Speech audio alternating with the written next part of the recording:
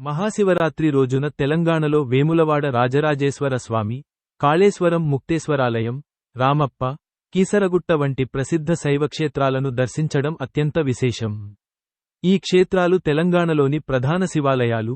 ఇక్కడ శివరాత్రి వేడుకలు ఘనంగా జరుగుతాయి. తెలంగాణలో మహాశివరాత్రి రోజున దర్శించాల్సిన ప్రముఖ శివాలయాలు: 1.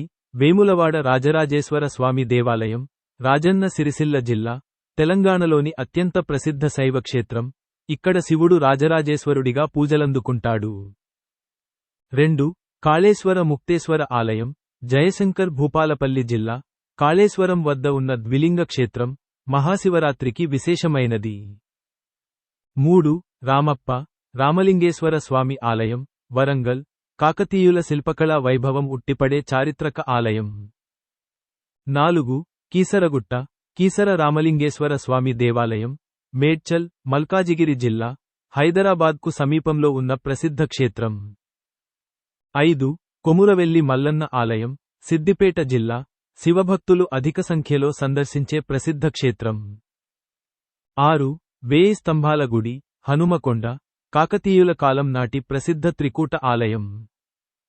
ఇంకా 7. జటప్రోలు, జోగులాంబ గద్వాల జిల్లా, ఇక్కడ కూడా ప్రాచీన శివాలయాలు ఉన్నాయి.